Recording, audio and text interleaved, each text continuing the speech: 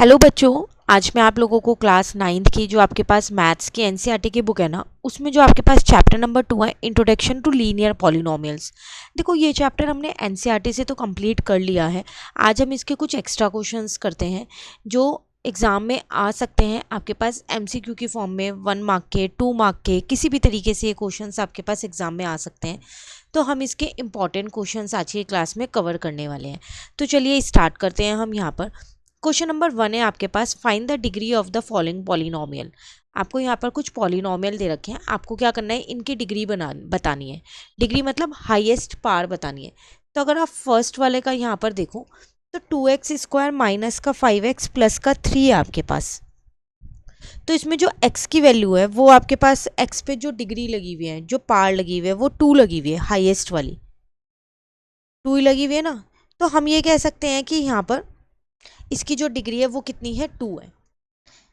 तो हमने यहाँ पर लिख दिया डिग्री इज इक्वल्स टू में 2। सिमिलरली अगर हम सेकेंड वाले में देखें तो इसमें हमारे पास जो वेरिएबल है वो y है। तो y पे जो हाईएस्ट डिग्री लगी हुई है वो 3 लगी हुई है। तो यहाँ पर अगर हम डिग्री की बात करें तो वो हमारे पास है 3। और अगर हम अपने थर्ड वाले पार्ट में देखें तो यहाँ पर माइनस का 9 है। यहाँ पर कोई भी वेरिएबल नहीं है, ना x है ना y है, कोई भी नहीं है। तो इस केस में क्या हमारे पास कोई डिग्री नहीं होगी इस केस में हमारे पास डिग्री होगी 0। तो 1 मत लिख के आना कभी भी। तो 0 डिग्री है क्योंकि वहाँ पर कोई भी वेरिएबल नहीं है। ठीक है, आप उसको ये लिख सकते हो -9 इंटू एक्स की पावर 0, क्योंकि जिसकी भी पावर 0 होती है वो 1 होता है। और -9 को 1 से इंटू करोगे तो -9 ही तो आएगा। ठीक है, नाउ फोर्थ वाले की अगर मैं बात करूँ तो 4z माइनस का 3 है। यहाँ z के ऊपर कुछ नहीं लिखा, इसका मतलब 1 है। तो इसकी जो डिग्री है वो कितनी आ जाएगी, मेरे पास 1 आ जाएगी। क्लियर। ये था हमारे पास क्वेश्चन नंबर 1 जो कंप्लीट हो गया। एमसीक्यू में ऐसे क्वेश्चंस बहुत आ जाते हैं। नाउ क्वेश्चन नंबर 2 पे आते हैं। इसमें आपसे क्या कह रहा है, इन द पॉलिनोमियल, अगेन आपको एक पॉलिनोमियल दे रखा है। Find the coefficient of x² and x³। x² x की पावर 2 है और यहाँ पर x की पावर 3 है, इसका कोफिशिएंट बताना है। Also state the constant term, 3 चीज़ें बतानी है यहाँ पर। तो सबसे पहली चीज़ हमको यहाँ पर बतानी है कॉफिशिएंट ऑफ x²। तो देखो x² के साथ में क्या नंबर लिखा हुआ है, 6 लिखा है प्लस का। तो इसका मतलब इसका कॉफिशिएंट 6 हो जाएगा। ठीक है, नाउ x³ की अगर मैं बात करूं तो कॉफिशिएंट ऑफ x³, तो इसके आगे 3 लिखा है लेकिन उसके आगे माइनस का साइन है, तो आप -3 लिखोगे। प्लस का साइन लगाओ ना लगाओ कोई बात नहीं, बट अगर माइनस का साइन होता है तो हमें ज़रूर लगाना होता है। ठीक है, उसके बाद एक और चीज़ पूछ रहा था हमसे, कांस्टेंट टर्म कौन सी है। यहाँ पर कांस्टेंट टर्म वो होती है जिनके साथ कोई भी वेरिएबल नहीं है। तो एक 7 ही एक ऐसा नंबर है जिसके साथ कोई भी वेरिएबल नहीं है, तो कांस्टेंट टर्म यहाँ पर 7 आ जाएगी। क्लियर। ये था आपके पास क्वेश्चन नंबर 2 कंप्लीट हो गया। Now question number 3 is find the value of linear polynomial 5x minus 3 4। अब आपको एक लीनियर पॉलिनोमियल दे रखा है 5x माइनस 3। आपको क्या करना है, वैल्यूज़ निकालनी है जब x 0, जब x -1 हो और जब x 2 हो। तो यहाँ पर 3 केस है, तो इसका मतलब यहाँ पर आपके पास क्या आ जाएगी, 3 वैल्यूज़ निकलेगी। तो चलो निकालते हैं। तो फर्स्ट मैंने ले लिया यहाँ पर for x is equals to 0। जब x 0 होगा तो मैंने x की जगह 0 पुट कर दिया, तो वैल्यू मेरी -3 आ जाएगी। ठीक है, और जब x मेरे पास for x is equals to -1, जब -1 होगा तो मैंने x की जगह -1 रख दिया, तो -5 -3, तो मेरी वैल्यू -8 आ जाएगी। और जब x मेरे पास 2 होगा तब कितनी आएगी मेरे पास, तो मैंने यहाँ पर 2 पुट कर दिया, तो 5 2 जा 10 -3, तो मेरे पास कितनी 7 वैल्यू आ जाएगी। और भी कोई नंबर देगा तो आप इजीली कर सकते हो, बस जहाँ पर भी वो x है वो वैल्यू वहाँ पर पुट कर देना। ठीक है, क्लियर हो गया क्वेश्चन 3। चलिए क्वेश्चन नंबर 4 पे आ जाते हैं। इसमें आपसे क्या कह रहे हैं, the perimeter of a square of side x is 4x। कह रहा है कि स्क्वायर है जिसकी साइड x है, तो उसका पेरीमीटर कितना आएगा, 4x, क्योंकि पेरीमीटर का फॉर्मूला होता है 4 मल्टीप्लाई साइड। तो सही है। पूछ क्या रहा है आपसे, is this a linear polynomial, क्या ये लीनियर पॉलिनोमियल है। मतलब आपसे वो ये पूछ रहा है क्या 4x लीनियर पॉलिनोमियल है। हाँ, लीनियर पॉलिनोमियल वही पॉलिनोमियल तो होते हैं जिनमें जो वेरिएबल होती है उसकी जो डिग्री होती है वो 1 होती है। और यहाँ 4x है, इसकी जो डिग्री है वो 1 ही थी है क्योंकि x के ऊपर कुछ नहीं लिखा हुआ। तो पहले क्वेश्चन का आंसर तो मिल गया, yes 4x is a linear polynomial.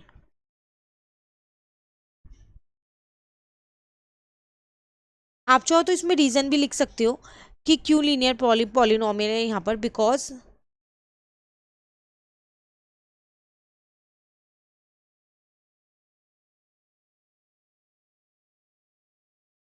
The highest power of x is 1। ठीक है, अब उसके बाद क्या पूछ रहे हैं, what is the perimeter when the side is 3.5 centimetre. अब एक का पेरीमीटर आपको खुद निकालना है, साइड आपको गिवन है। तो पहले हम क्या करेंगे, पेरीमीटर का फॉर्मूला लिख लेते हैं, 4 मल्टीप्लाई में साइड। नाउ साइड हमारे को 3.5 गिवन है, तो 3.5 लिख लिया, और इसको अब हमें क्या करना है, 4 से मल्टीप्लाई कर देना है, तो हमारा आंसर आ जाएगा 14 सेंटीमीटर। क्लियर, ये था आपके पास क्वेश्चन नंबर 4। इसमें 2 क्वेश्चन आपसे पूछे गए थे। अब आते हैं अपने क्वेश्चन नंबर 5 पे।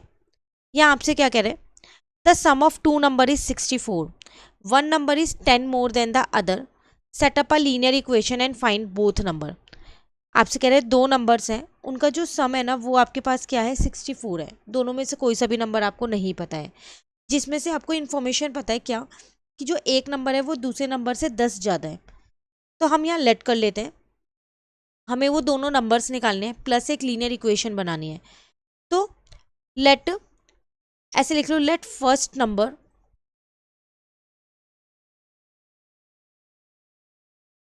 Is equals to x.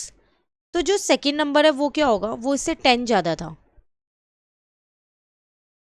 तो सेकेंड नंबर आ जाएगा x plus 10।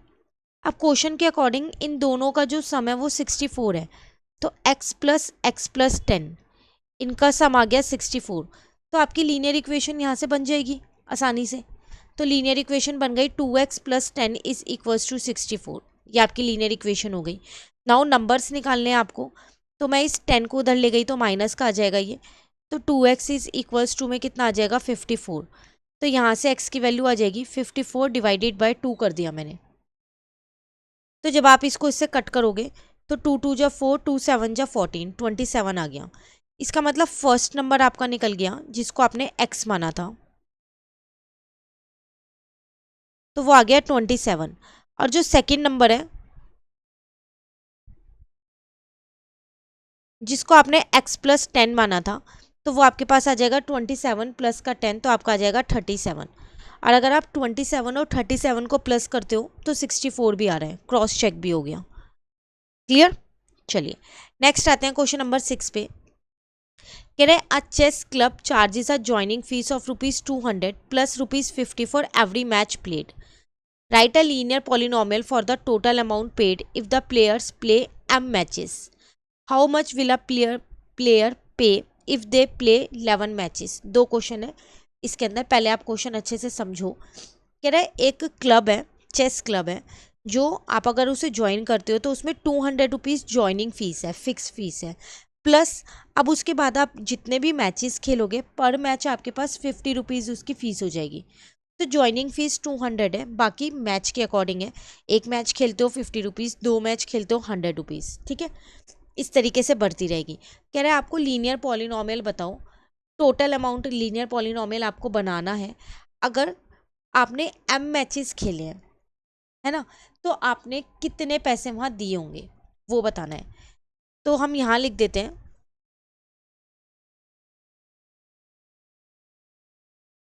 Total amount paid if m matches played. कितनी अमाउंट दी होगी, 200 तो फिक्स चार्ज दिए होंगे, प्लस 50 इंटू में m दिया होगा। अगर आपने 2 मैच खेले हैं तो 50 इंटू 2 कर दोगे, 3 मैच खेले होंगे तो 50 इंटू 3 कर देंगे, जो भी m की वैल्यू होगी। तो ये वो आपके पास लीनियर पॉलिनोमियल बन गई। अब कह रहा था how much will a player pay if they play 11 matches.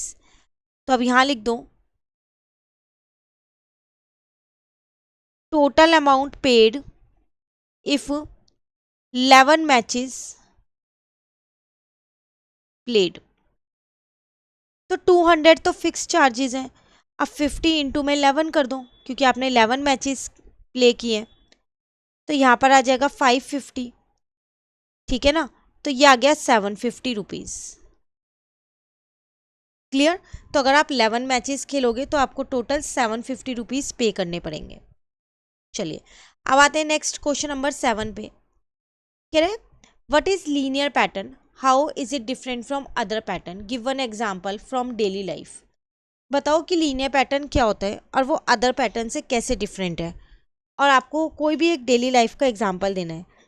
तो देखो, थ्योरी का क्वेश्चन है, आपको इसमें सिर्फ थ्योरी लिखनी है। आप कह सकते हो कि लीनियर पैटर्न जो है वो एक सीक्वेंस होता है नंबर का, ठीक है, जिसमें दो कॉन्जिक्यूटिव जो टर्म्स होती हैं वो कांस्टेंट होती हैं, ये कह सकते हो। अगर मैं एक एग्जांपल लूँ, जैसे 1 3 5 7 9, इसमें एक लीनियर पैटर्न है, क्योंकि इसमें आप क्या कर रहे हो, हर बार 2 से वो नंबर को इंक्रीज कर रहे हो, ठीक है ना। तो सिंपल सा आपको लीनियर पैटर्न बताना है, तो हम यहाँ लिख देते हैं,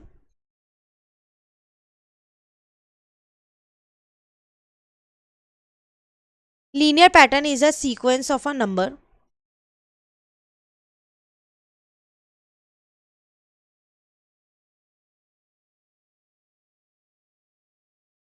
where the difference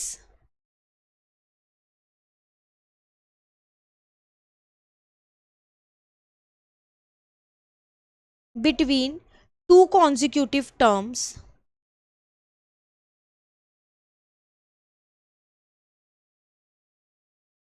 is constant,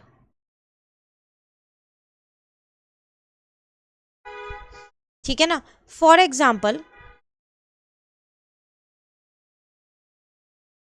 1 3 5 7 9 and so on, इनके बीच का जो डिफरेंस है हर बार 2 है, ठीक है। तो ये एक लीनियर पैटर्न है। अब वो आपसे कह रहा था कि आप क्या कोई डेली लाइफ एग्जाम्पल दे सकते हो और ये अदर पैटर्न से कैसे डिफरेंट है। तो देखो, अदर पैटर्न ले लो, आप क्वाड्रेटिक पैटर्न ले सकते हो, ठीक है। वहाँ पर जो डिफरेंस होता है ना दो टर्म्स के बीच का, वो सेम नहीं होता। तो आप कह सकते हो कि linear pattern are different from other pattern where the difference between two consecutive terms are not same या नॉट कांस्टेंट। तो यहाँ लिख देते हैं,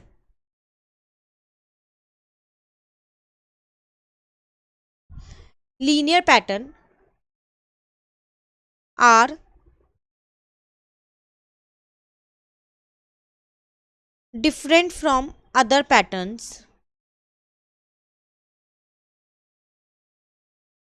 where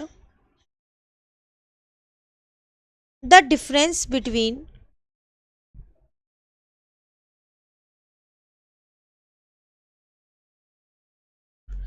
two consecutive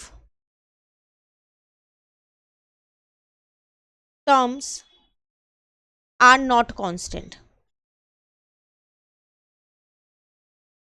वहां पर दो कॉन्जिक्यूटिव टर्म्स के बीच का जो डिफरेंस है वो कांस्टेंट नहीं होता अदर पैटर्न्स में, लेकिन लीनियर पैटर्न में कांस्टेंट होता है। क्लियर। अब हमसे वो डेली लाइफ एक एग्जांपल पूछ रहे हैं, तो अगर हम डेली लाइफ एग्जांपल की बात करें तो आप कोई सा भी एक डेली लाइफ एग्जांपल यहाँ पर ले सकते हो। मान लो अभी ये आपने जो गेम वाला लिया था, चेस वाला, वो भी ले सकते हो, कोई और ले सकते हो। एक्स हैज़ ₹100, एक्स है एक, मैंने एक्स जिसके पास 100 रुपये है, वो हर दिन 5 रुपये खर्च करता है, तो अमाउंट कैसे बचेगी। तो यहाँ लिख लेते हैं, मिस्टर एक्स हैज़ ₹100, उस पर 100 रुपये हैं, एंड स्पेंड ₹5 एवरी डे, वो हर दिन 5 रुपये खर्च कर रहे हैं, हर दिन। तो अमाउंट कैसे बचेगी, द अमाउंट रिमेनिंग, तो पहले दिन 100 थे, उसके बाद 95 हो जाएंगे, फिर 90 हो जाएंगे, फिर 85 हो जाएंगे, ऐसे बचती रहेगी। तो ये क्या बना रहा है, फॉर्म अ लीनियर पैटर्न, आप यहाँ लिख सकते हो। तो ये हमारा एक लीनियर पैटर्न बना रहा है, क्योंकि वो हर दिन 5 ही रुपये खर्च कर रहा है। क्लियर। तो ये था क्वेश्चन नंबर 7 आपके पास। चलिए अब आते हैं क्वेश्चन नंबर 8 पे। अच्छा, सेम ही क्वेश्चन आ गया, देखो कह रहा है Bella has ₹100 for pocket money and spend ₹5 every day, write a linear expression for the amount left after n days, after how many days will she have ₹40 left. कह रहा है यहाँ एक गर्ल है बेला, उसके बाद वो कह रहा है कि यहाँ पर उसके पास 100 रुपये हैं, हर दिन वो 5 रुपये खर्च करती है, तो लीनियर एक्सप्रेशन बनाओ कि n डेज के बाद उसके पास कितने पैसे बचेंगे। तो पहले तो इसी का ही आंसर दे देते हैं। तो amount left after n days, तो हर दिन 100 रुपये, हर दिन 5 रुपये खर्च कर रही है, तो 100 माइनस 5n हो जाएगा, इतने पैसे बचेंगे। ठीक है ना, ये तो मेरा लीनियर एक्सप्रेशन बन गया। अब वो कह रहा है कि बताओ कितने दिन के बाद उसके पास 40 रुपीज़ रहेंगे। तो इसी एक्सप्रेशन को मैं 40 के इक्वल कर देती हूँ, क्योंकि जो n है वो मेरा डेज ही तो है। तो यहाँ पर आ जाएगा 100 माइनस 40 इज इक्वल्स टू में 5n, तो 60 इज इक्वल्स टू में 5n। n की वैल्यू यहाँ से आ गई 60 डिवाइडेड बाय 5, जो कि 12 है। तो आप यहाँ लिख सकते हो आफ्टर 12 डेज, 12 दिनों के बाद बेला विल हैव ₹40 लेफ्ट।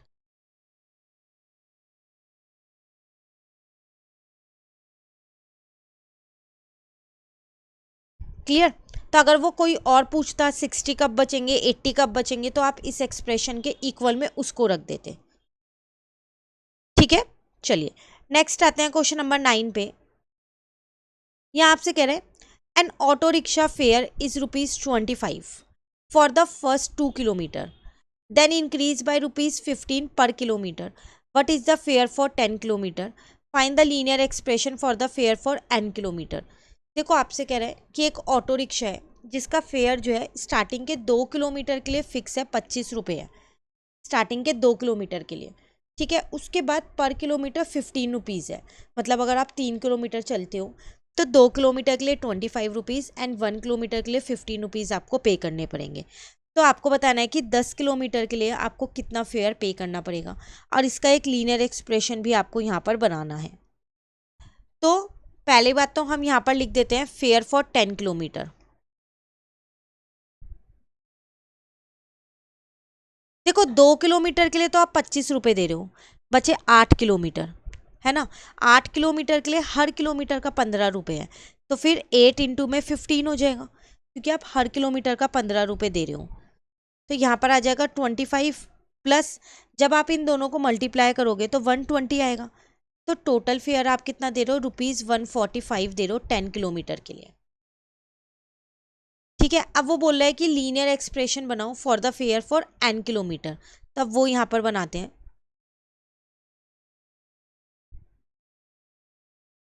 तो linear expression for the fair for n kilometre, तो n किलोमीटर के लिए क्या होगा, 25 तो देखो फिक्स है आपके पास। ठीक है, बाकी 15 जो है आगे के किलोमीटर्स के लिए, तो n-2, क्योंकि हमने यहाँ 8 लिखा था, तो 10 में से 2 को माइनस किया था तभी तो लिखा था 8, तो यहाँ भी n-2। तो ये आपके पास लीनियर एक्सप्रेशन आ गया। इसको आप चाहो तो सॉल्व कर सकते हो, 25 प्लस 15n माइनस का 30 हो जाएगा।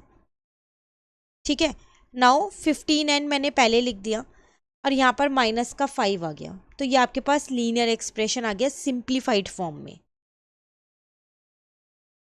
क्लियर हो गया। चलिए अब आते हैं क्वेश्चन नंबर 10 पे। इसमें कह रहा है आपसे in the equation y is equals to ax plus b, what do a and b represent geometrically, where does this line cut the y axis. आपको यहाँ पर एक इक्वेशन दे दी है y is equals to ax plus b. पहले हम इस इक्वेशन को यहाँ पर लिख लेते हैं।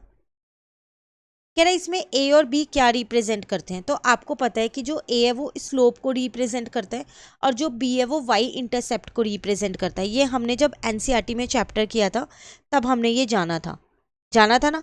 तो हम यहाँ लिख देते हैं कि जो ए है वो क्या रिप्रेजेंट कर रहा है, स्लोप ऑफ द लाइन, और जो बी है वो क्या रिप्रेजेंट कर रहा है, वो वाई इंटरसेप्ट है। ठीक है, ये बताता है कि वो वाई एक्सिस पे कहाँ कट होगा, है ना। तो आगे लिख देते हैं it is the value of y when x is equals to 0। Clear. अब वो बोल रहे हैं where does this line cut the y axis, तो ये वाली लाइंस जो है वो वाई एक्सिस पे कब कट करेंगी वो आपको बताना है। तो जो जितना वाई यहाँ पर बी है वहीं पर ही तो करेगी वो कट। तो हम यहाँ लिख देते हैं line cut the y axis, कहाँ पर कट करेगी वाई एक्सिस को, एट द पॉइंट 0 और बी, क्योंकि वो वाई एक्सिस को कट कर रही है तो एक्स की वैल्यू तो 0 होगी, तो एक्स तो मैंने 0 ले लिया, और बी जो है वो वाई इंटरसेप्ट बताता है इसलिए वो बी वाली ले ली। क्लियर। चलिए नेक्स्ट आते हैं क्वेश्चन नंबर 11 पे। कह रहे a growing pattern of square tile has 1 tile at stage 1, 3 tiles at stage 2, 5 tiles at stage 3। Write the linear polynomial for the number of tiles at any stage. How many tiles are there at stage 15। कह रहा है यहाँ पर tile से related question आपको दे रखा है। आपसे कह रहा है यहाँ एक पैटर्न लग रहा है, वो क्या पैटर्न लग रहा है आपके पास, फर्स्ट स्टेज में आपके पास जो है वो वन वन टाइल थी, सेकेंड स्टेज में 3 टाइल है, थर्ड स्टेज में 5 टाइल है, ऐसे ये चलता जा रहा है। तो बताओ एन स्टेज में कितनी टाइल्स होंगी। तो आप देख लो इसमें एक पैटर्न फॉलो हो रहा है, 2 2 का गैप है हर एक में, है ना, 2 2 का गैप। तो आपको एन स्टेज का बताना है, तो उसके लिए आपके पास क्या होगा यहाँ पर। तो एक जनरल पैटर्न क्या फॉलो हो रहा है यहाँ पर, ट्वाइस -1, मतलब अगर आप 3 का ट्वाइस करते हो, 3 2 जा 6, -1 5 आ जाएगा, 5 के आगे 7 लिखोगे, 5 का ट्वाइस करोगे तो 10, 10 5 2 जा 10 हो जाएगा ना। तो जो एन है ये स्टेज रिप्रेजेंट कर रहा है ना। तो देखो अभी मैं आपको इसको एग्जाम्पल से समझाती हूँ। पहले हम इसको यहाँ पर लिख देते हैं टाइल्स एट स्टेज एन, तो वो हो जाएगा हमारे पास 2n-1। कैसे आया वो ध्यान से देखो, आपके पास यहाँ पर स्टेज 1 में 1 टाइल थी, स्टेज 2 में 3 टाइल्स थी, स्टेज 3 में 5 टाइल्स थी, स्टेज 4 में 7 टाइल्स हो गई। तो आपने क्या कर रहे हो, इसका ट्वाइस और -1 कर रहे हो। 2 1 जा 2, -1 1 आ गया, 2 2 जा 4, -1 3 आ गया। अब यहाँ पर स्टेज 3 है, 3 2 जा 6, -1 5 आ गया, स्टेज 4, 2 4 जा 8, -1 7 आ गया, स्टेज 5, 2 5 जा 10, -1 9 आ जाएगा। तो फिर एनी स्टेज में कितना होगा, 2n-1। तो आप स्टेज का जो है स्टेज को ट्वाइस कर रहे हो और उसमें से 1 सब्ट्रैक्ट कर रहे हो, उतनी नंबर ऑफ टाइल्स आपके पास आ रही हैं। तो टाइल्स एट स्टेज एन आ गई 2n-1। अब स्टेज 15 की बतानी है, तो टाइल्स एट स्टेज 15, तो 2 इंटू में 15 -1, तो इसका मतलब 30 -1 29 आपका आंसर आ गया। क्लियर। तो पहले मेन आपको पैटर्न देखना है कि क्या पैटर्न लग रहा है, उससे आपको ये जर्नल पैटर्न निकालना है, फिर तो आप कुछ भी जिस भी स्टेज का पूछेगा वो निकाल सकते हो। ठीक है ना। चलिए 12th क्वेश्चन है आपके पास, what are parallel lines in the context of linear equation, how can you tell from the equation that they are parallel. 3 equations दे रखी हैं। पहले आपसे पूछ रहा है कि बताओ पैरेलल लाइंस क्या होती हैं। तो ये हमने थ्योरी का क्वेश्चन है, हमने एनसीईआरटी में भी किया है। पैरेलल लाइंस वो होती हैं जो कभी भी इंटरसेक्ट नहीं होती, उनका गैप सेम होता है, उनका स्लोप सेम होता है ना। तो जो लाइन की आपके पास जनरल फॉर्म होती है y is equals to a x plus b, वो पैरेलल कब होती है, जब उनमें स्लोप सेम होता है और जो y इंटरसेप्ट है वो डिफरेंट होता है और वो कभी भी मीट भी नहीं करती। तो हम यहाँ लिख देते हैं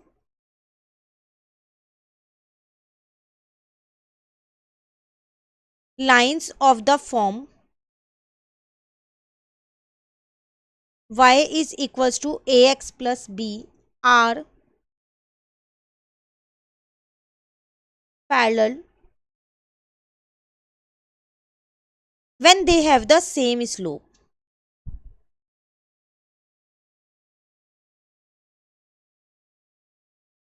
बट जो y इंटरसेप्ट है वो डिफरेंट होना चाहिए, मतलब b की वैल्यू डिफरेंट होनी चाहिए, बट डिफरेंट y इंटरसेप्ट। ठीक है। और दूसरा पैरेलल लाइंस नेवर मीट, ये कभी भी मिलती भी नहीं है।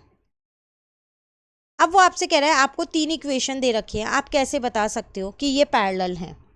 तो 3 इक्वेशन है आपके पास, y इज इक्वल्स टू में 2x minus 1, y is equals to में 2x plus 1 and y is equals to में 2x प्लस 5। अगर आप इनका स्लोप देखो, इन तीनों का स्लोप 2 है, तो all 3 have same slope, a is equals to 2, तो उनका स्लोप ही तो सेम होना चाहिए, ठीक है। और इनका इंटरसेप्ट अगर मैं देखूं,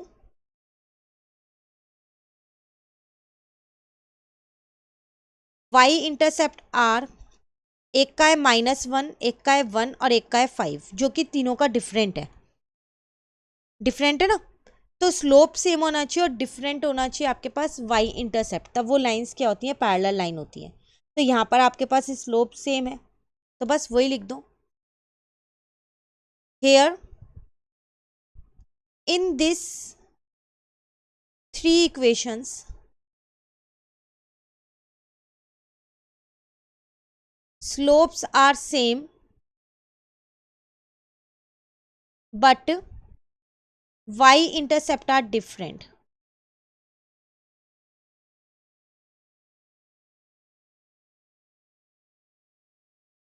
Hence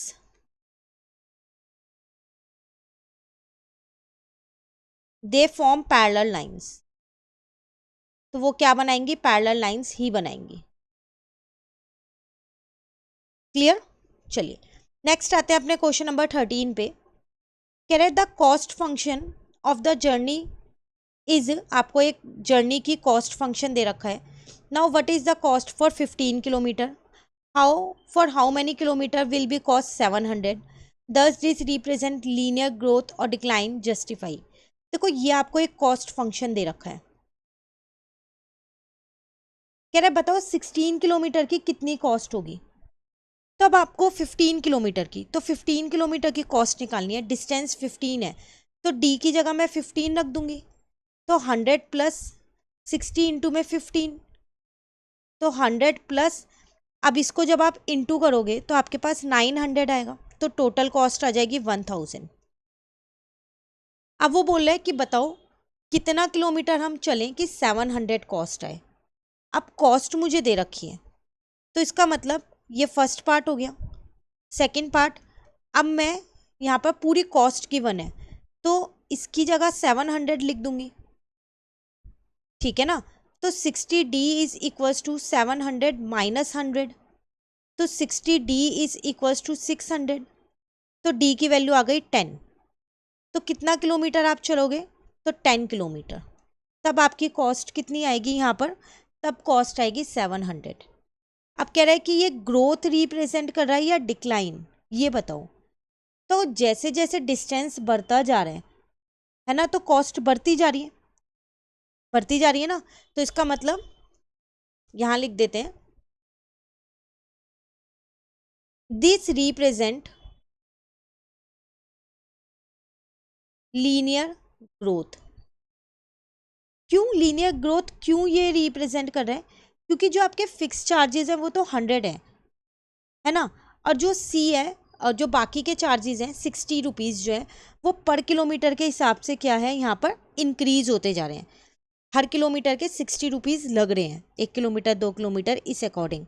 तो इसलिए ये क्या रिप्रेजेंट कर रहा है, लीनियर ग्रोथ रिप्रेजेंट कर रहा है। क्लियर। तो ये कुछ क्वेश्चंस थे, टोटल 13 क्वेश्चंस ही थे जो हमारे कंप्लीट होते हैं। इंपॉर्टेंट क्वेश्चंस हैं ये, इन्हें आप ज़रूर कवर करके जाइएगा। इसी से रिलेटेड और क्वेश्चंस भी एग्जाम में आ सकते हैं। Thank you.